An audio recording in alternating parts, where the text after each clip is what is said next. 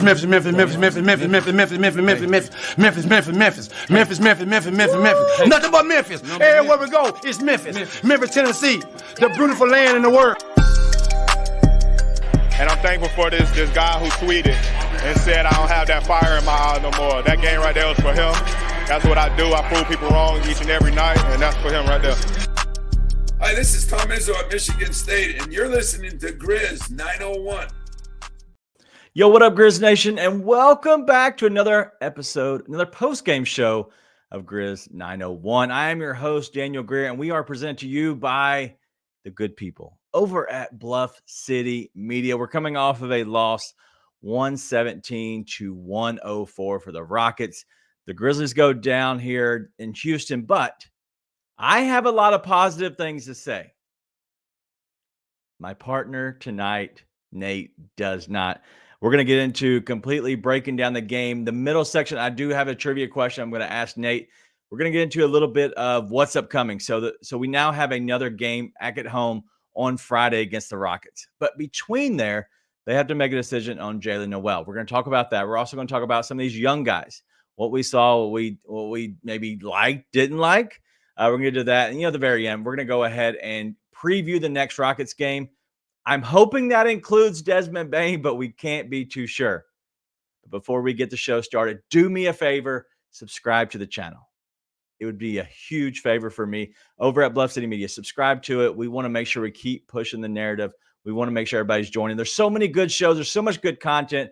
Join us there, but also hit the like button on the show. Just as I always say, you wipe your feet when you walk in. Wipe your feet by pushing that button for us. It helps the algorithm. All right. Without further ado, let's get this thing going.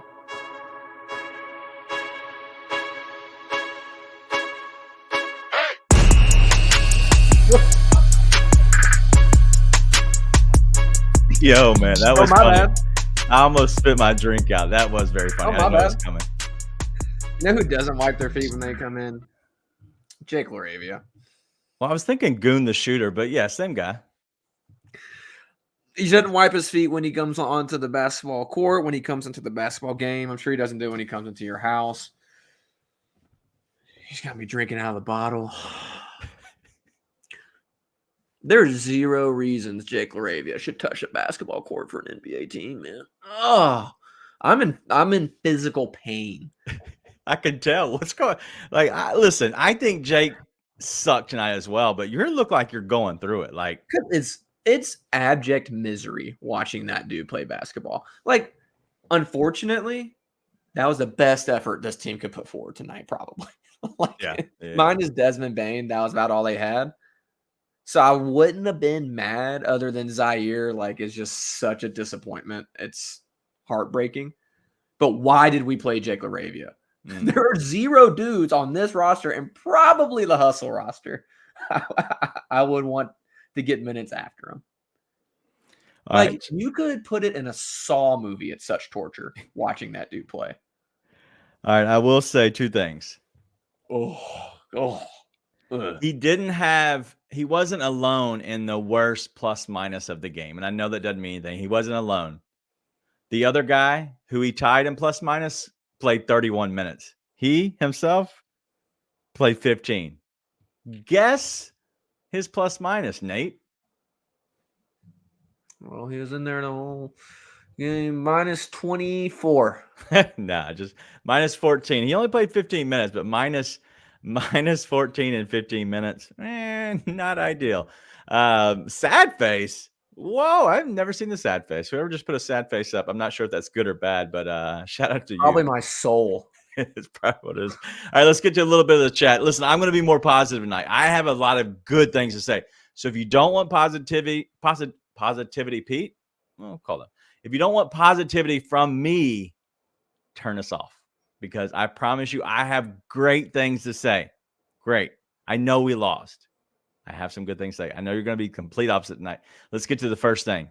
Dak Daniels says, Jaren Bane, it's about to get scary.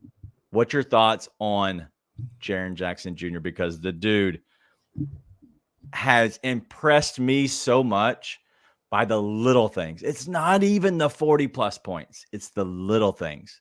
That's what he's impressed me with. Well, I hope it doesn't get too much scarier because that was a horror movie. But yeah, Jaren looks awesome.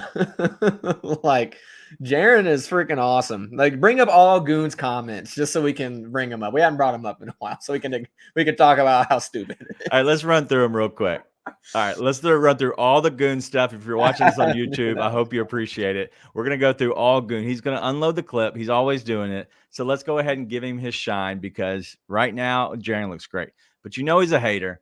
Well, when we know Jaren's our leading scorer, that's a guaranteed loss. Goon the shooter. Our record is crazy when we have the points and we lose. It's all about Jaren. I think every time Jaren's our leading scorer, we have lost except for Portland game. That would be the one you talked about earlier when it was like it's a guaranteed loss. Okay. We're now 1-7 when Jaren's the leading scorer. Well, we're 6-17 on the year. So he is the Rudy Gay effect. Jaren is the new Rudy Gay. His points, not effective. Tari Eason played good. I'm guessing that's better because Jaren couldn't stop Tari Eason. All right, you've unloaded the clip. We're done. We're not talking to you anymore, Goon. That is it. All right, so enough of the Jaren slander. Jaren played great tonight. I think he was one of the guys that is a positive thing that you can talk about. And so let's go ahead and get to our Grizz 901 player of the game, and you know it's got to be our guy, Jaren Jackson Jr. I brought a new picture up. I hope you like it. So it's the big block on Beasley. I thought it was kind of cool seeing that, and so I kind of brought that out of kind of the antique store. But Jaren Jackson Jr., the Grizz 901 player of the game, 43 points, 7 rebounds, 2 assists, and 4 steals. I took the blocks off. He did have a block, so 5 stocks total tonight for Jaren. What impressed you the most out of him tonight? I think just the consistency inside. Like, he did so much work inside the paint, and that's what you want to see, right? And listen, it's not going up against AD or Porzingis or some of these other guys who've given him trouble, but he was consistent inside. He should have shot, what did he end up with? 13 free throws. He probably should have had somewhere around 20 because of how much he was getting fouled. But look, he played really well tonight. 7 rebounds when he is the only person trying to guard somebody in the paint is actually impressive to me. I mean, I know 7 rebounds is nothing to write home about typically, but like, dude, he's the only one doing anything in the paint. There was one tonight where he contested a shot on somebody else's man. I'm sure it was Jake Laravia that got into the paint and then turned around and tapped the rebound out on the other side of the rim afterwards to somebody. Like, he's working so hard in there, man. He's doing an awesome job. So I think the consistency inside, he's a presence inside is big. Like, we still haven't seen it against some of the other elite bigs, but listen, he's doing all you can ask him to do and then some right now. So, yeah, I agree. Jaren has looked very good. The main thing that impressed me the most, okay, out of Jaren just overall, is the dude was driving into the lane with his left hand just like he normally does. And that spin move, dude, I got out of my chair, and I normally don't. I got out of my chair excited to see that spin move. I was ecstatic. That's the first time I've ever seen him really make a hard spin back to his left and then go back to his right hand for an easy layup. You know, normally he beats down with his left hand into the lane, and then gets to that hook shot, that short shot. When he did that, I was thrilled because it just shows me a whole nother level. Like, his game could get to another level and he could be nasty offensively. So going back to what Dak Daniels said earlier, Jaren Bane, man, if we could figure out a way to unlock these dudes, it could get scary. Listen, we're already at the 6 wins. Unlock what dudes? The Jaren Bane. Are you on the same show I'm on? Well, sorry, no, I'm just looking at all these comments about Laravia and Zaire and other dudes. I want to make sure we weren't talking about unlocking them because that ain't happening. We're not unlocking them. I do want to say real quick update on our show. We are no longer streaming live on Grizz 901 on YouTube.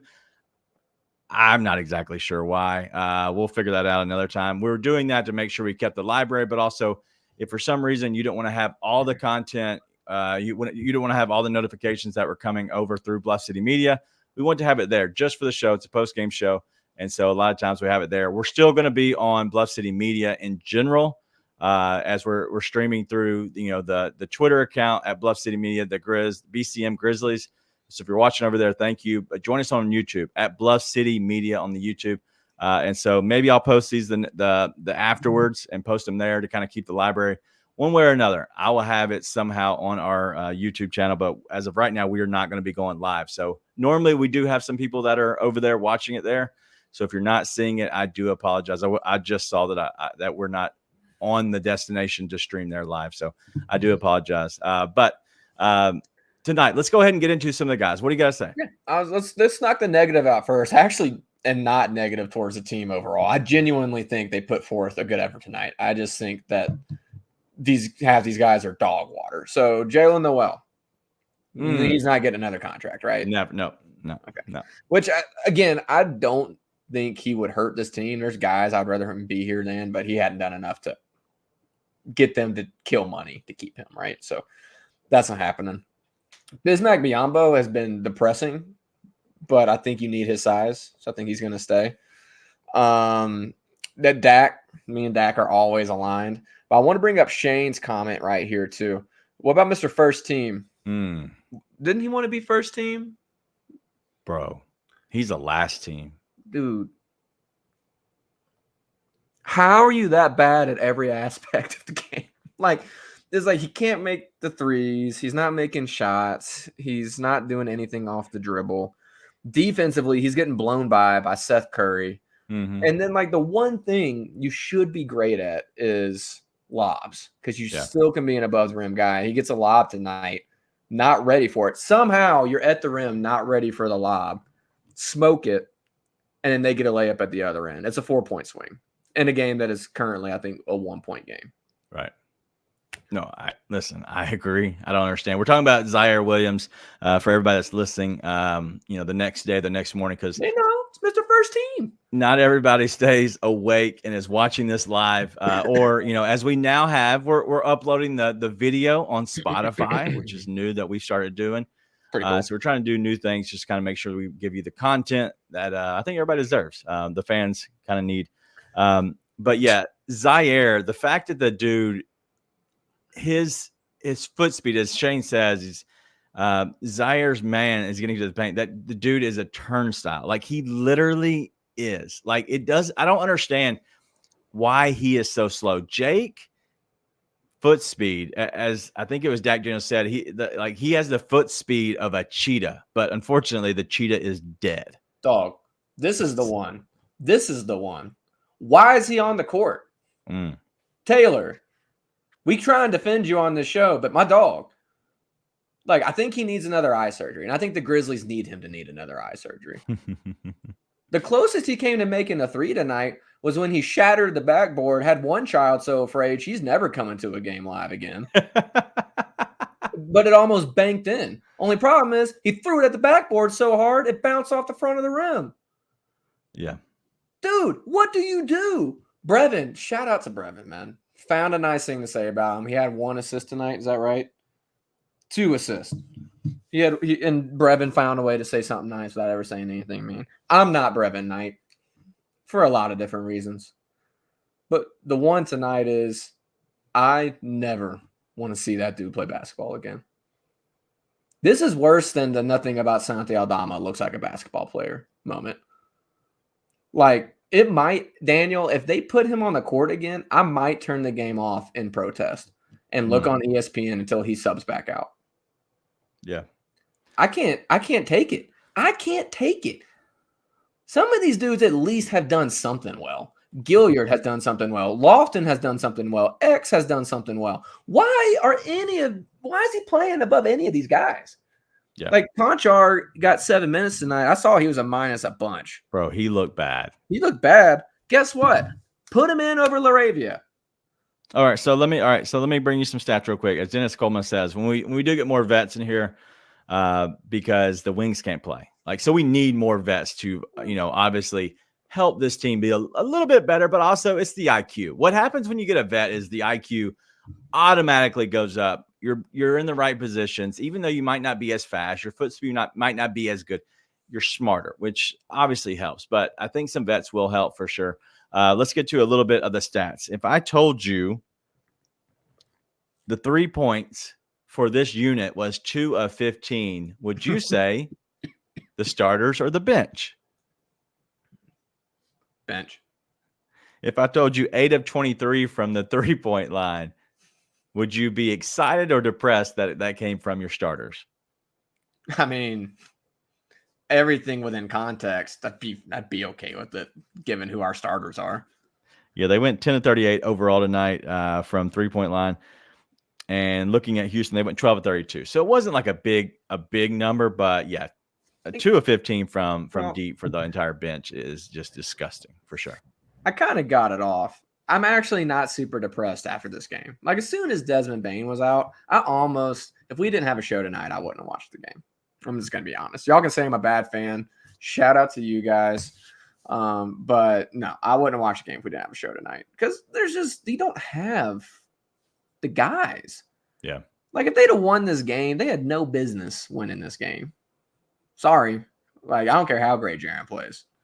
But your starters are Jaren Jackson, David Roddy, Bismack Biyombo, Derrick Rose, and Vince Williams Jr. All of which can be on an NBA roster, one of which should be a starter. Mm-hmm. One of your starting 5 should be a starter. And 1, 2, probably 3 of those guys should be 8 through 10. Yeah. Probably. Like, dude, there's not much you can do. Now,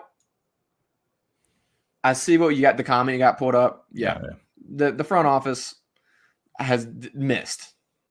They missed. That being said, like, look at who is not here, man. Like, there's certain things where you can criticize coaching. I've criticized coaching tonight. You can criticize the front office. I agree with you on some of those criticisms. Dude, there's nothing you can do when you have $100 million out. You can't. I'm sorry. Like, Ja, Brandon, Steven, Smart, Kennard. All those guys make this team look way different. They do. Now, at the same time, you choose to play Jake Laravia. Yeah. No, I agree. You traded up to get Jake Laravia. Like, yeah, that's bad. I have no defense for Taylor playing Jake Laravia. I'm sorry. Like, I just can't. I can't get past that. But at the same time, like, if we're talking about bringing new guys in and stuff, like, yeah, there's moves to be made, just like there are for every NBA team. But generally speaking, you've got guys on the roster that can come in and help this team. They're hurt or they're suspended, right? Yep. So yeah, it's been disgusting. Real quick, AT Beats is saying that you didn't get the notification from Grizz 901. We just hit on that. I apologize. We actually are not going to stream live to Grizz 901 on the YouTube page. We're only going to be over streaming live at Bluff City Media. So between Bluff City Media, but also the Twitter account. So AT Beats, one, thank you for finding us. But yes, we will be making sure we're coming on live. It'll still be the same over on Bluff City Media. The great thing with that is you get the other content. So if you don't want to turn your notifications on because of all those shows that are coming out throughout the week and stuff like that, I understand completely. You can probably tune in to maybe the Twitter account and look for those notifications. I don't know. We'll try to figure out a way to notify people, but should be, if you're watching the game, you should know that the game is over. So I apologize. We're going to be here immediately after every game. All right, real quick about the Taylor talk real quick. The thing that I see, John Contra does not play good against athletic wings. And I think that's why they kind of went away from him. He looked bad in the very beginning. He just looked slow. I get it. Jake and Zaire are slow. Maybe they're a little bit longer. I don't know. And so who knows about that? But also Jalen Noel didn't look great. And so he went away from them, which I know people want to crap on Taylor, for coaching decisions. But what I will say is he's trying things. If you're trying things, I've always said this, I'm okay with it, especially tonight.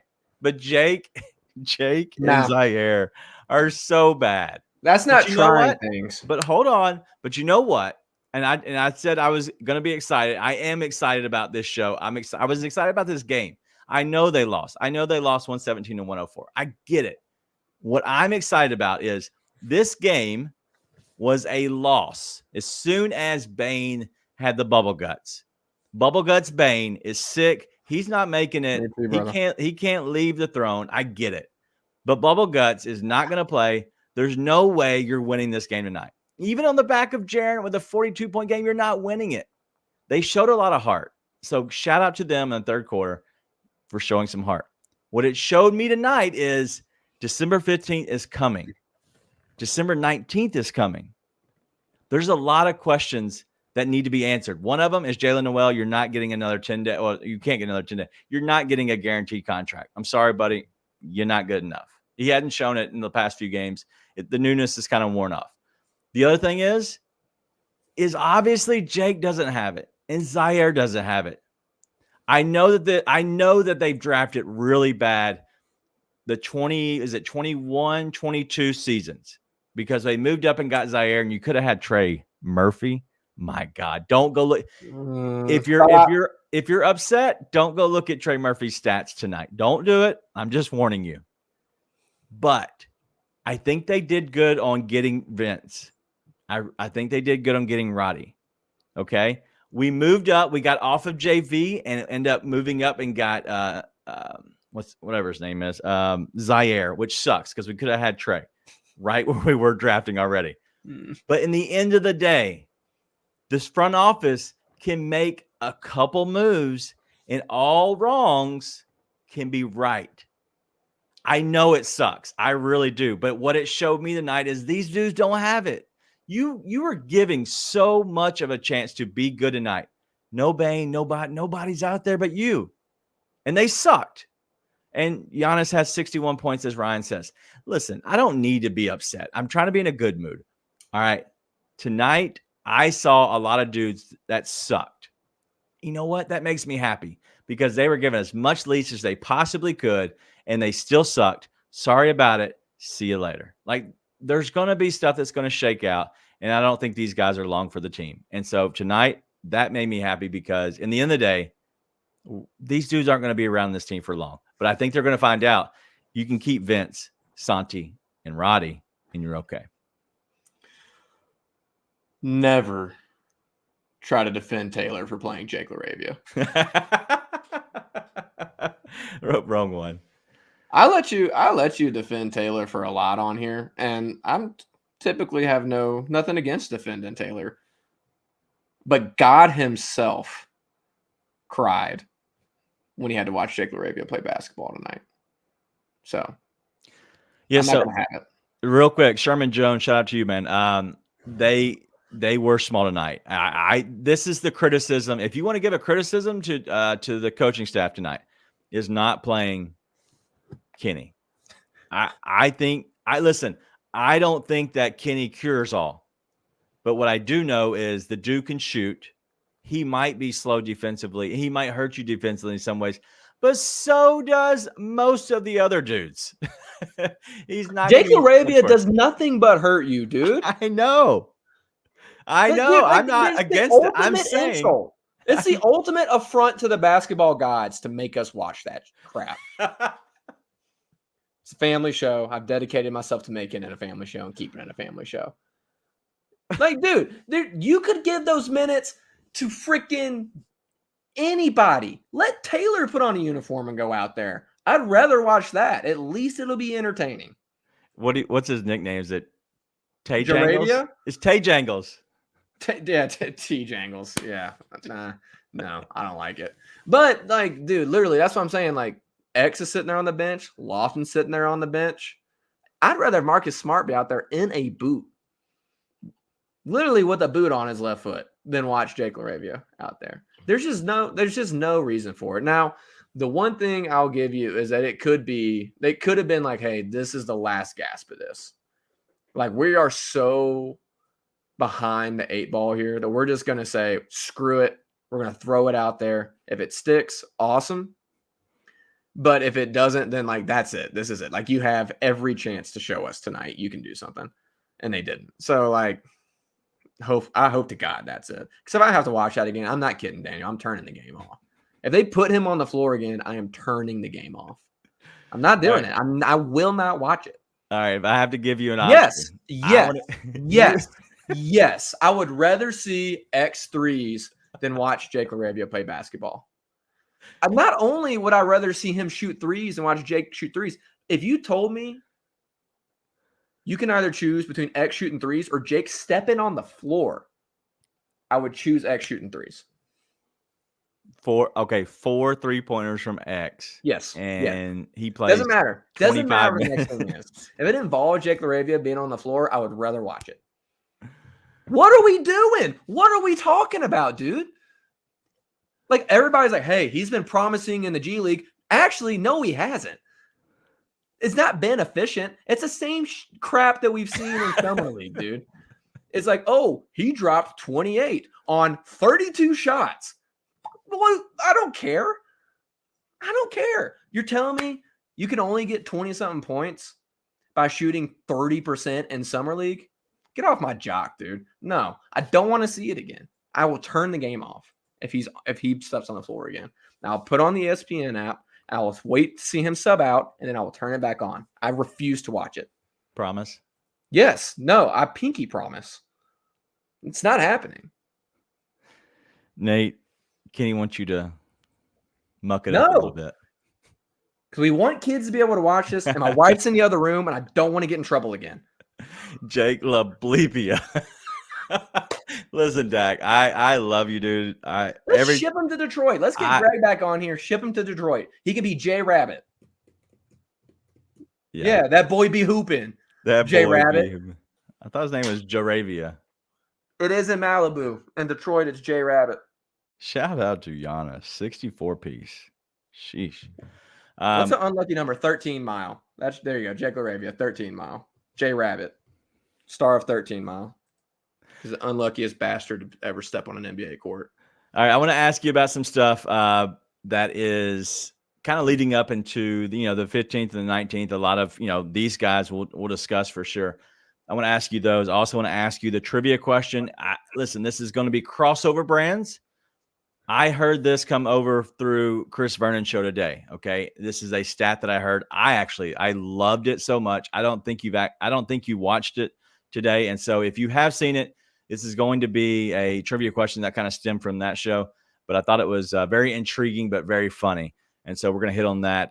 So we're going to go right to Grizz Trivia after this break, and then we're going to get into a lot of the Grizzlies going to look at moving people. Jalen Noel, I know you said he's done.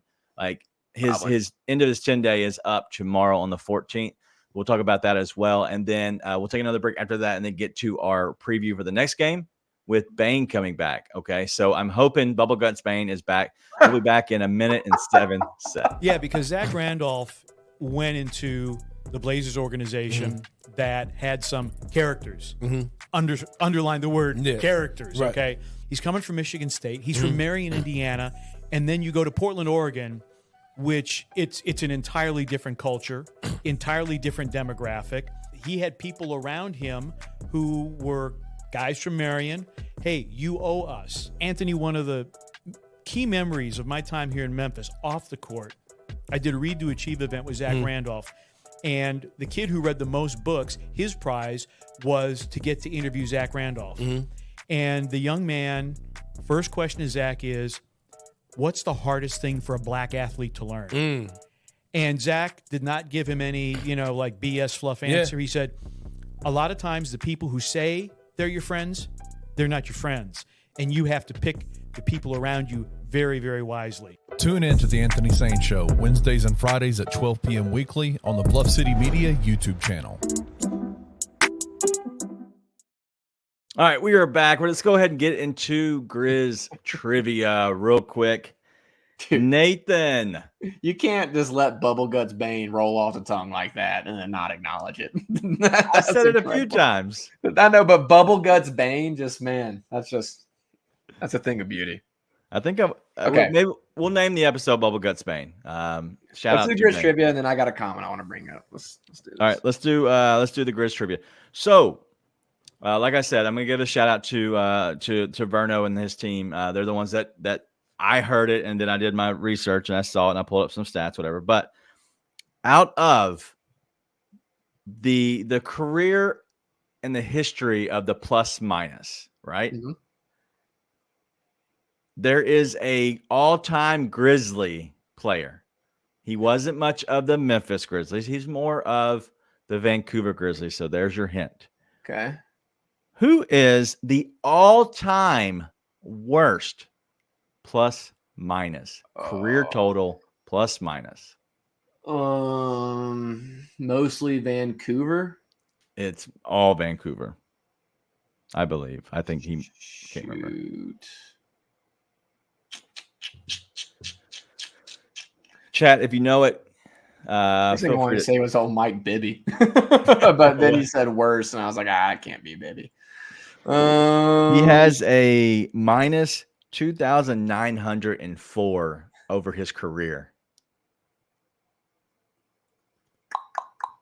It's all Vancouver. I'm not gonna know. I don't remember. I don't know anything about Vancouver. The best player. The best player? Yeah. Jason Williams? No, he was more Memphis, but Big country? Sharif Abdul Rahim. Okay. Yeah. All right. So my other one on the back of that one, there is a current Grizzly right now. Jake Laravia. He is third all time in the worst plus minus ever. Zaire. He has a career of minus 2,111 plus minus, and that is the minus 2,111. Who is he? Zaire. No. Really? It's a He current hasn't Grizzly? played enough games. He hasn't played enough games to get to minus 2,000. Could have fooled me. Current Grizzly. Current Grizzly. Who's been here? It's not all with the Grizzlies. Oh. Bismack Biyombo? Bismack Biyombo. Okay. So, sorry, I thought I was singing for the Grizzlies. And I was like, it's got to be Zaire.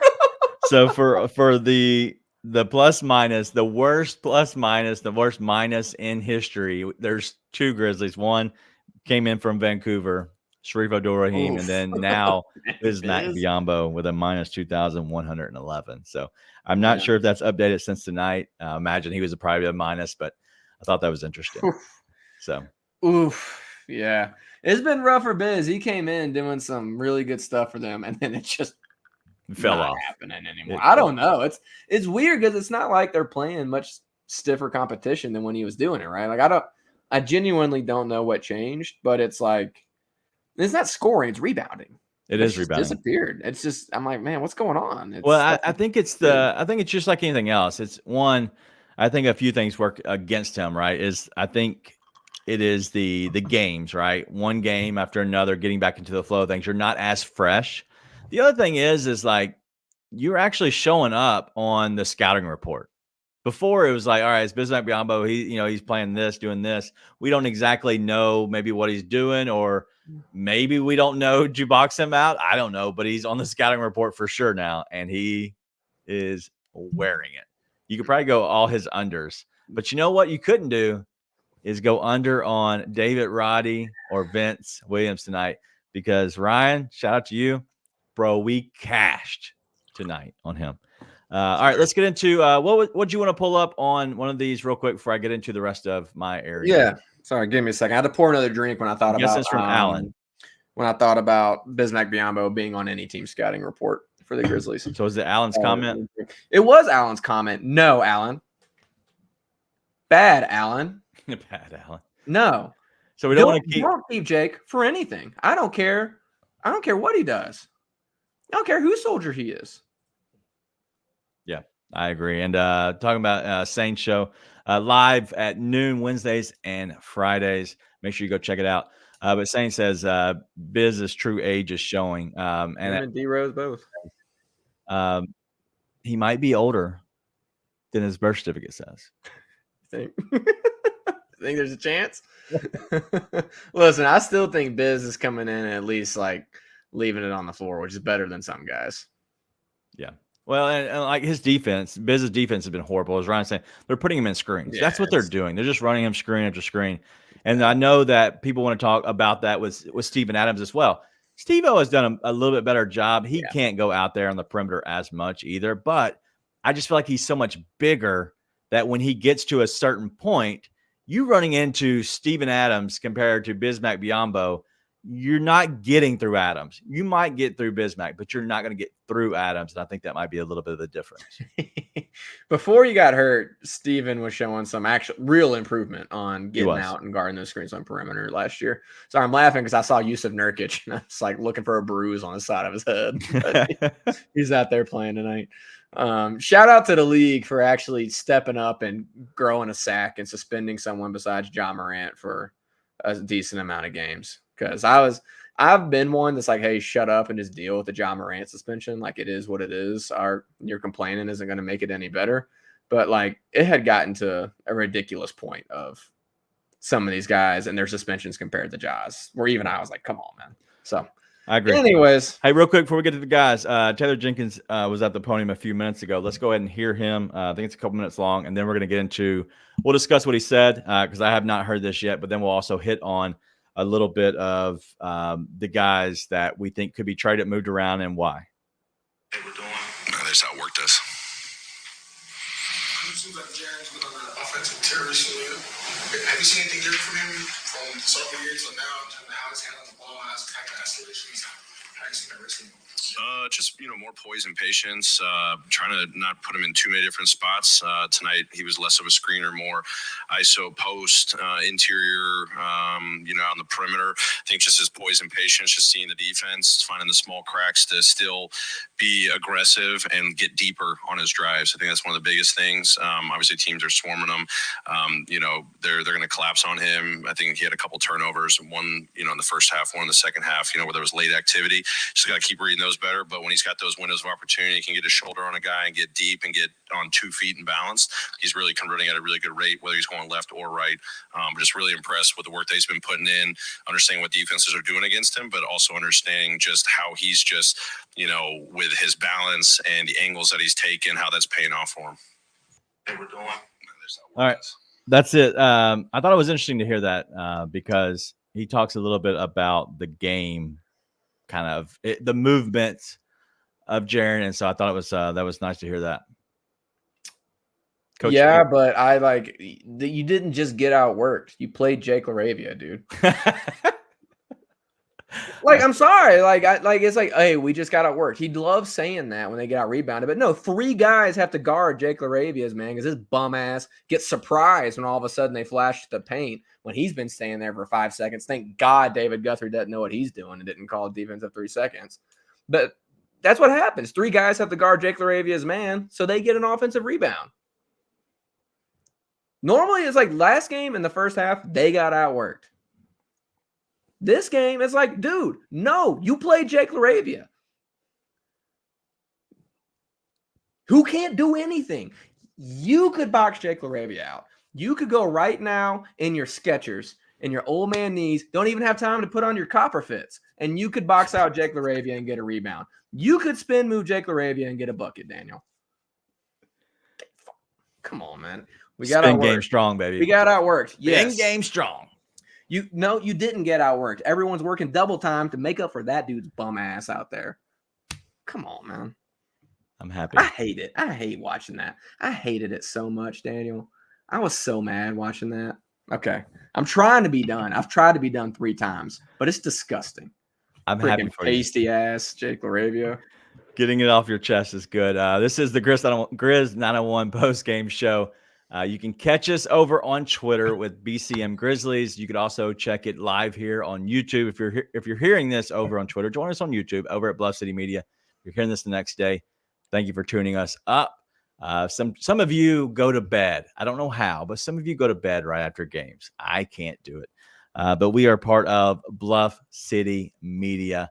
All right, let's get into a lot of the guys real quick. We're going to hit on this probably longer than the next game, but I want to ask you a few questions about the next game and what they can do. And I'm going to put a preface on this.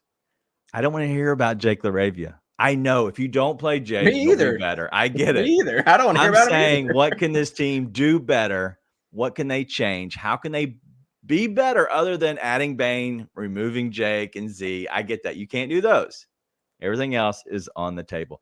Let's talk about this real quick. I know you answered it earlier, but Jalen Noel, is he gone? This is his last game as a Grizzly. I was going to ask you, can they sign him to another 10-day? No. Two and done. Then, yeah, he's gone. Okay. I just can't imagine they keep him. He hadn't done enough for them to keep him. Like, I still think if he was getting some more consistent run, he could contribute more. He obviously could contribute more than some of the guys are playing. But if you're wondering why Noel's not playing tonight, that kind of thing, they're trying to see what they got in some of these guys and see what they can get out of them. Because truth is, he has shown enough to be able to take one of these guys' spots. If he had a contract, he would take one of these guys' spots. He doesn't have a contract, and they'd have to eat too much money to keep the production level that he's given them so far. So that's why, right? It's not that he can't produce more in these guys. It's that the money would not be worth it. And I'm like, I get that. So no one's gone. So as Jack Daniel says, thank you for your services, Mr. Noel. What I will say is if they do make a trade, and nobody picks up Jalen Noel, I think this is a very good person to go with. So if they send out two and they bring back, maybe just one, then at that point, you can go ahead and keep Bismack Biyombo and not worry about it. You could then get rid of somebody like Junior if you wanted to and go get a Jalen Noel if you think it's important. But at this point, you're about to get back potentially Luke Kennard, Marcus Smart, and Ja Morant. Those three could be coming back very soon. And at that point, I don't know if Jalen Noel is going to play. And my thing is at what cost? I think he's a good player. I think he's fine. I don't think he moves the needle in you becoming a legit team, a legit playoff team. And so because of that, I think that they're going to just kind of move on from him just because it's cost effective, in my opinion. Yeah. Well, and I think now that I've gotten past my anger at having to watch that abomination of a player on the court, reasonable cap back on, I do think there's a decent chance you see Conchar and Tillman on the move sooner than later. That could be a reason Tillman didn't play tonight. There's no real reason Tillman wouldn't play tonight unless that's something that's in the cards, in my opinion. Like, I've been out here saying how like X has been just not what he was for this team last year and even his rookie year, right? Like, he showed a lot more than he's shown this year. At the same time, he's a much better option than some of the stuff you put on the court tonight. I would imagine there's a decent chance you see those two guys get moved. Which I actually like X. I really do. I think he's in a contract year, so it's expiring. And I think he's good for this team, though. I think he contributes really great as like a 10th guy, 11th guy type thing. But at the end of the day, they need to consolidate, and that's probably one of the easier ones to consolidate. So, I could see that happening. But, as far as these next couple games go, though, I think you see them try and go all out to get a win on Friday. I think they 6 was sort of the minimum of hey, you still have a shot at shooting for the play-in. I think they probably want to get to 7 if they can before Ja gets back. And then after that, I think they eat the game with the Thunder, and then Ja gets back for the Pelicans. And I imagine we see Marcus Smart back for the Pelicans. And then Luke Kennard, I don't know. I'm not sure Luke Kennard still exists, to be completely honest. I think that Luke is dealing with a bone bruise, which is, more of a pain management thing. I do believe so. And so who knows? I'm hoping that maybe they just left him off for a little bit for whatever various reasons, and maybe to kind of because he might not help this team get wins right now. I don't know. I think there's going to be something that's going to happen. So just to reset everything real quick, Jalen Noel's 10-day is up tomorrow. That is the 14th. Yeah, he's done. The 15th, newly signed contract guys are available to then be traded. And so if you're wondering why why December 15th matters, is a lot of these new contract guys are all available now. I think for the most part, everybody is available to be traded after December 15th. And so that's the reason that maybe you didn't see X and his name's already in the conversation. Maybe that's why they went with John Conchar to maybe see what he could do. And they obviously saw it wasn't his night. He didn't see a lot in general. Maybe this is why they're holding Luke Kennard out, is because they want to make sure that they have something already on the table. I don't exactly know, but I do know that the 15th is a day that everybody's available. And now Marcus Smart is going to be starting doing 5-on-5s as potentially this weekend, I heard Taylor say. And then you have the Thunder, which is it's going to be a tough game at the Thunder. And then you go in a back-to-back with travel the 19th, and that's when Ja returns against the Pelicans. So with all that being said, there's so much that's happening. And so Jalen Noel's probably gone, and that's tomorrow. The 15th, guys could be traded. That would be important days. Is there anybody out there that you can think of off the top of your head? I'm going to give you mine first. Mine is Lonnie Walker from Brooklyn. The fact that I think he's $2 million is his contract. My thoughts are you can probably throw a guy or two and maybe somebody they want to, build up. Maybe it is a Jake Laravia that they want to build up. Maybe it is, hey, we'll take Jake Laravia as a swap 1-for-1 plus a second round pick and maybe cash considerations or something. There could be potential there where it's not much of a loss for them, but they have too many guys at that one position. So I don't know what the reasoning is, and I know you don't want to talk about it, but I just think that these guys are very low cost. Like they're not going to be paid much more. They're already under contract for next year for a low amount. They might not be worth it, but at that point, you could always deal them off for another second if you needed to next year on an expiring contract. So anybody that you're seeing around the league, you're like, hey, that actually would make sense to bring this guy in. Well, first off, if anyone wants to build up Jake Laravia, he's good. I would take it. He is a solid prospect. DFS is the first thing that comes to mind. I haven't looked at his actual contract in a while. To be honest, I haven't put much thought into this at all. To be honest, I haven't put much thought into basketball in a while. I sort of tuned into the games. Mostly enjoyed it outside of officiating until tonight. That was hard to watch. But DFS is the first guy that comes to mind. I'm actually watching the Nets right now. Yeah. Dorian Finney-Smith. Sorry. Yeah. No, I'm saying he's expensive. Sorry. Yeah, I just don't know. Like I said, I haven't seen the contracts. I don't know. It's one of the guys that comes to mind. I wouldn't have expected him to be expensive, honestly. It's the first thing. But I haven't looked at a lot of these contracts, right? Like, I'm literally watching the Nets right now, and the first thing I thought of was they have such a wing logjam. Like, they have so many guys. I'm looking at Cam Johnson running up and down the floor. I'm looking at Mikal Bridges. 13-3. 13 for 3 years? No, 13-3. He's on expiring, I believe, as well. Okay. Well, but that's the kind of rental I wouldn't mind. Our guy, Chris Ingram, he hosts the No Bluffing podcast. He's been on our show quite a bit. Does some spaces and stuff now as well.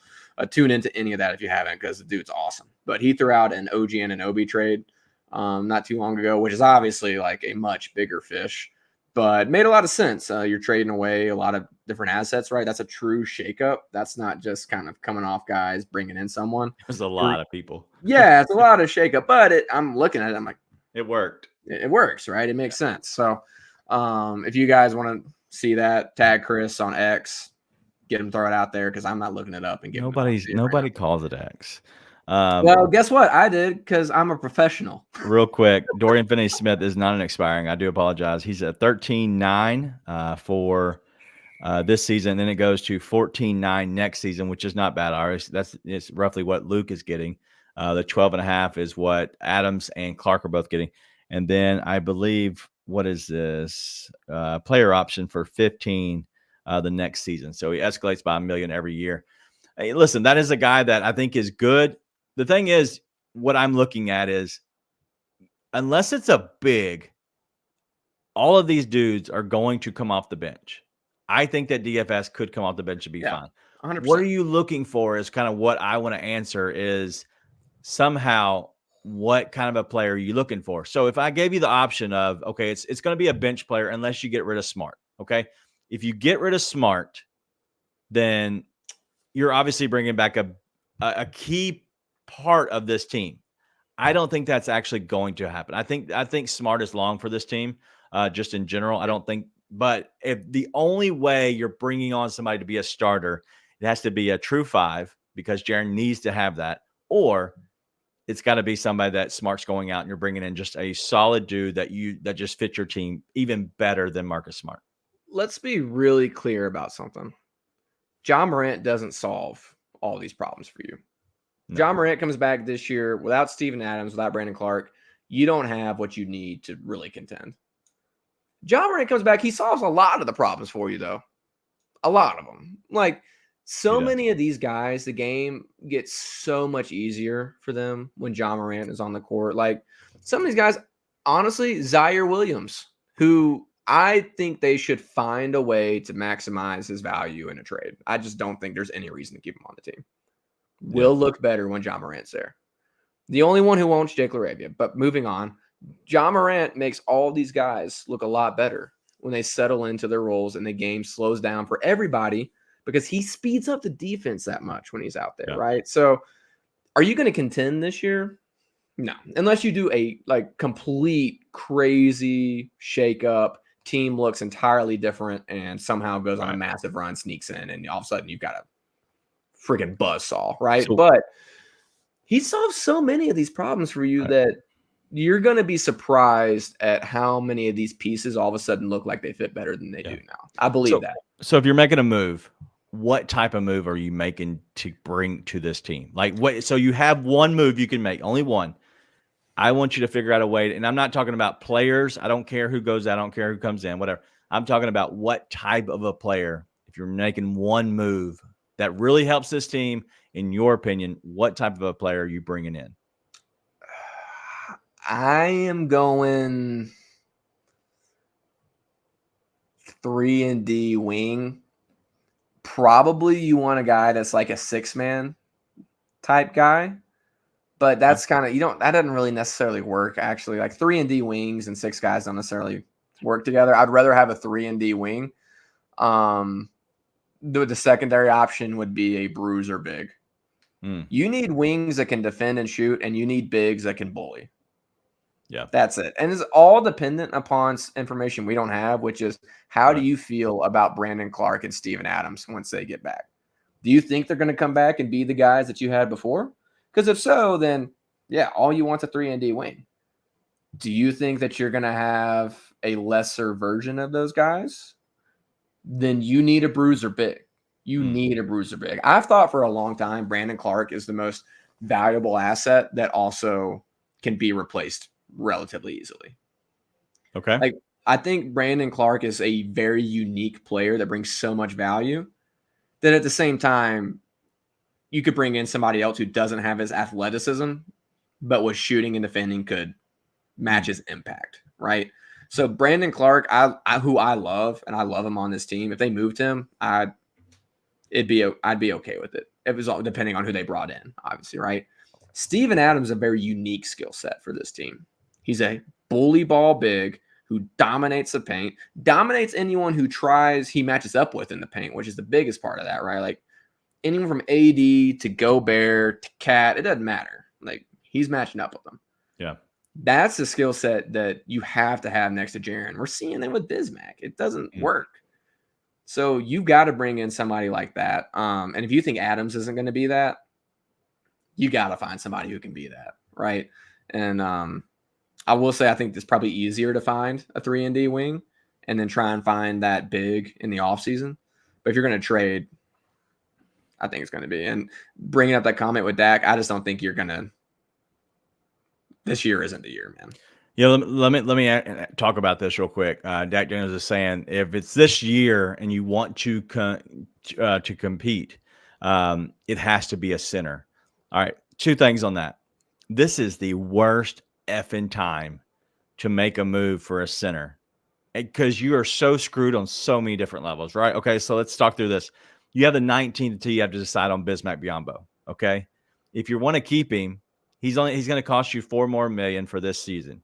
Fine, whatever. That's not that big of a deal. But you have to figure that out by the 19th. If not, he's going to be gone and potentially picked up by somebody else. Okay, well, let's say that you want to go and get a big, but you don't find the right trade partner right now. What do you do? Do you eat Kenny Lofton's contract, bring on Bismack for another $4 million, and then eventually make a move to bring on another center later on that actually is beneficial for this season? Then, okay, great, but you're giving up something for get another guy. So you've already made one move to get one guy. You're bringing another move for the same exact guy because you're now moving Bismack down onto the bench, and they're all gone next year. Okay, that helps you out because they're bringing back Adams and Clark.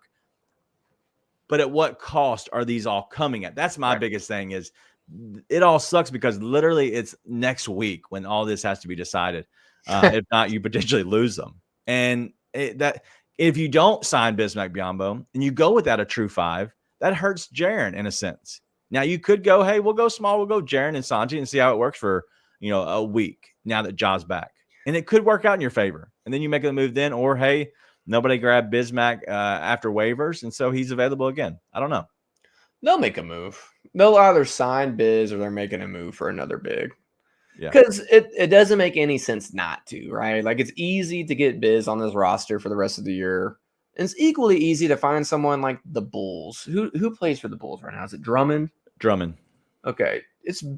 It can't be hard to go make that deal with the Bulls. It just can't. They're about to blow everything up. They're so mad at everyone over there. Yeah. It can't be hard. They're looking for reasons to shake things up. So I'm not worried about that. It's more so what you're saying. Like, there's no reason to shake things up unless you think you need to shake things up next year plus. Correct. Right? Correct. The names that come to mind are something like a Jeremy Grant, Mikal Bridges, OG Anunoby. But at that point, you're also like Marcus Smart's your starting 3 on this team, right? Like, he's not your backup point guard. He's not your starting point guard. He's your starting 3. And if you bring in a guy like a Jeremy Grant, you bring in a guy like OG Anunoby, not your starting 3, right? So it's like, okay, what are we doing now? So there's more questions that brings in. And for people who are like, hey, trade Smart, because I know he hadn't looked all that productive when he's been here. He's also not come in to play that role, so he'll look more productive just like everyone else will when Ja's back. Also, you need that veteran presence, man. Like, I think this year has been so abysmal. People have lost sight of what happened last year, which was this team had all the talent in the world and no discipline to match. And you need that bad, right? Yeah. And so it's one of those things where, like, sometimes things just suck. This year, things just suck. I still think they could compete for a play-in spot, make some noise, have a fun rest of the season. But if you're looking for a championship this year, like, your expectations are too high. They just are, right? So, obviously, I'd be happy for that to happen. It ain't the year for that, though. All right. So no. My voice. You must have thought about Jake Laravia and threw I up was in your trying mouth. to talk, and my voice just didn't work. All right. It's happening again. Sorry. He thought about Jake Laravia and threw up in his mouth a little bit. He'll be back in a second. Whew, I don't know what's happening to my voice. The devil's got me. All right, let's get into the Rockets preview of Friday night. I'm going to try to go to that game. I haven't confirmed that with the wife yet. So if for some reason I do go with my wife and kiddos, it'll be at one of the last cheaper games before Ja gets back and raises the prices up again. But we're going to try to take them out. So I possibly could not be here. It could be the Nate show. I could. Because my kids are younger, I could get back in time to try to do the show, depending on what time we left, because I don't know how long my little one will definitely be able to last at 9 o'clock at night. She's a little cray-cray. But let's talk about the Rockets in general. So tonight, obviously, we saw Jaren dominate again. Bubble Guts Bane should be back again for sure. Any thoughts on what needs to improve other than getting out worst players and not playing the worst players? Is there anything you saw on in the game? I tried not to watch it. I told you he was on the court. I didn't want to watch. They've got to get more movement into the paint still. Like, outside of Jaren, no one's getting to the paint, man. It's like they pass around the perimeter, they jack up a 3. They all shoot like 25% from 3. Yeah. Like, sure. you've got to get into the paint, man, which, part of it is teams will crowd the paint because they're like, shoot a 3. What do we care? Right. Yeah. But you've got to find a way into the paint. Bane will help that a ton. But you see with some of these other teams, like, you got the guys like Tari Eason, who's a good scorer. He has been since college. Good rebounder too. Yeah. He's a good player, but like, he gets into the paint, attack the paint, man. I don't care who you are. if you can dribble at all, get to the paint, man. Like David Roddy, get to the paint, dude. That's what you do. And so that's the only thing. Defensively, I didn't think tonight was terrible. Sorry. The same guys got me that got you. I didn't think it was terrible until like the very end. It was pretty brutal. But you got to stay connected on defense. You can't have 3 guys crash on the same guy. It just has to stop happening. Gang rebound, put bodies on guys. Don't get outworked, because they do get outworked. Again, tonight, I think it's because 3 guys are guarding whoever Laravia was supposed to be guarding. That generally speaking, can't get outworked on the boards, get to the paint. Other than that, having Bane back will help a lot. And let's hope they sneak out a win. Let's hope they get one more before Ja gets back. 6 was a mark where I was like, hey, we're good. And they've been sitting at 6. So if they can get to 7, hallelujah. As Kenny's saying, the Satanists are after us. If you know, which I don't know if you know about that story, Nate. I do. But yeah, it's a little crazy here in the city. They're after us, taking our voices. But wasn't that Cordova? The Dirty Cordova, Dova? Chimney Rock. All right. So a little bit about what I saw. And so I took some notes. Vince's defense was incredible tonight. My favorite thing I'm looking for on this next game. One, I hope, please let Vince start. I think Vince has earned it. I think he's playing incredible right now. I think he is to that level. I think he should be a guy who can get the starting nod right now. I know you have to make a decision probably between Roddy or it has to be Roddy or Vince, because more than likely they're going to go a little bit bigger with some size. I just think the rebounding helps you so much with a guy like Vince. He rebounds a lot better than Roddy does, even though Roddy's not, a terrible defender. And so I thought he did a good job tonight. I think he ended with 6, and Vince ended with 7. Vince was more in foul trouble and actually only played, I believe it was 12 minutes, maybe 8, maybe I think it was 9 in the first half. Now that I'm thinking about it, but that just because he was in foul trouble early, but he did play a lot of the second half, and I think that's important. But I want to see that, and the only reason I want to see Vince start because I want to see him pull up on Fred VanVleet. Fred VanVleet and Vince were going at it all night, and it was my favorite thing to watch. Once they got into it, dude, like Fred VanVleet was in hell. Like he had no chance to do anything, and they were talking so much. And he really didn't do much. He did more in that fourth quarter when they kind of went after each other, but it was so much fun to watch. Well, he got more in the fourth quarter when Zaire was guarding him. That's true. They kept, first team. Yeah, they kept screening and getting him off. What are you good at, man? Be good at something. Just be good at something. But I'm going to see that. I want to see more of Jaren in his post moves because I think he can outduel Şengün. I think he plays very well against him, as well as even Tari Eason. So I think Jaren's post move, he should be the biggest guy on the floor again. I don't know if anybody else they're bringing in. maybe a 10-day contract guy, but anybody else outside of that, he's going to be the biggest, baddest dude on the floor. In all seriousness, if Desmond Bane plays tonight, the Grizzlies probably win that game. Yeah, very much so. Jaren, that was what I was so mad about in their first matchup. Because I was like, they have nobody to guard Jaren Jackson. Nobody. He should dominate them. Sure enough, he showed up tonight. Imagine when you have all those guys. They're showing 3 at Jaren tonight. Like, they're getting 3 guys on Jaren. Imagine when you do that and Desmond Bane's on the floor, man. Yeah. Come on, that's game over. So I honestly think if Desmond Bane's there, they win that game tonight and probably win on Friday too, even with it being the home and home, right? Yeah. So let's hope Bubbleguts Bane is back. But one last thing I got is Bismack Biyombo. He needs to just catch and shoot. And I don't mean shoot the actual ball, like actually come out and make an arc. I think he needs to catch and then dunk or layup.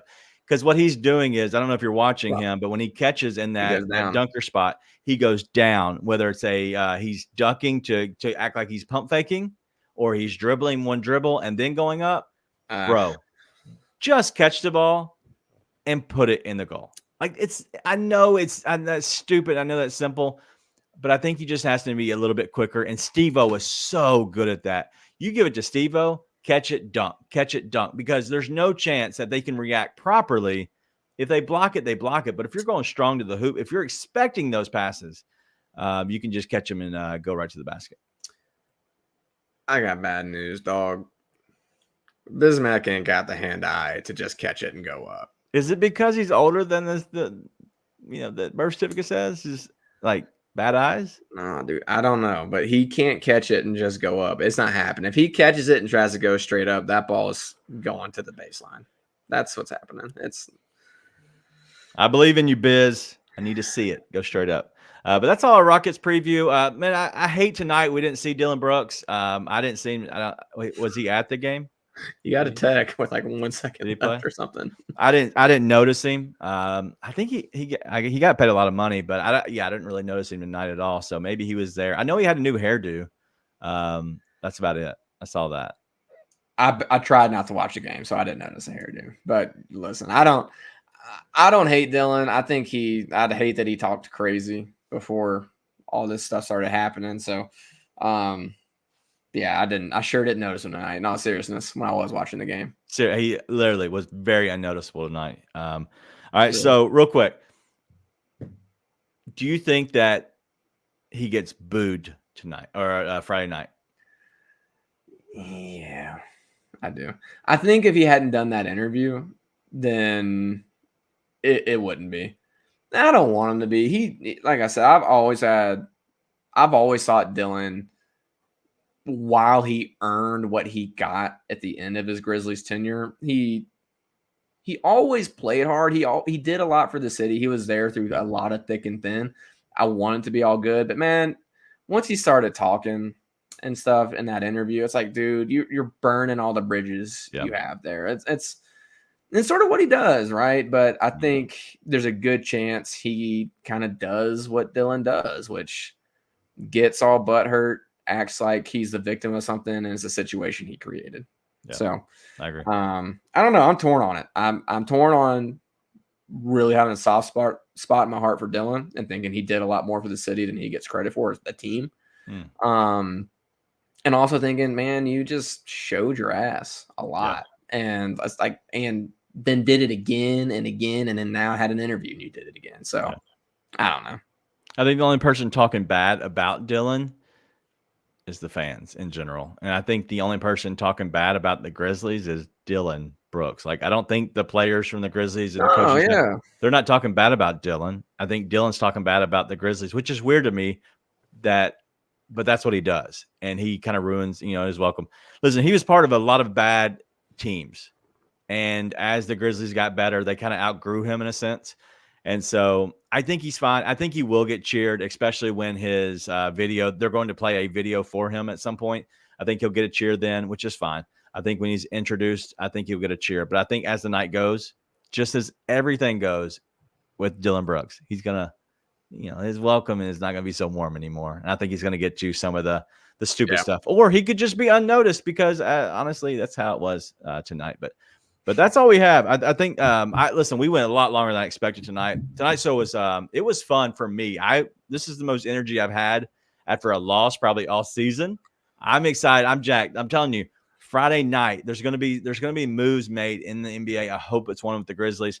You're also talking about Monday, the 18th at the Thunder. Great to see those guys, see SGA, Chet, everybody over there with them. And then we're literally like Christmas morning almost is where we're going to feel like we're going to get back Ja. We have a game against the Pelicans. Zion has, had an eating issue, but Zion has looked good as of late. Brandon Ingram went off for 40 tonight. There's so much I'm looking forward to that I'm jacked to the moon. And maybe it's the Mountain Dew. I don't know, but I'm excited about what's happening and what's upcoming. And so I hope you all are too.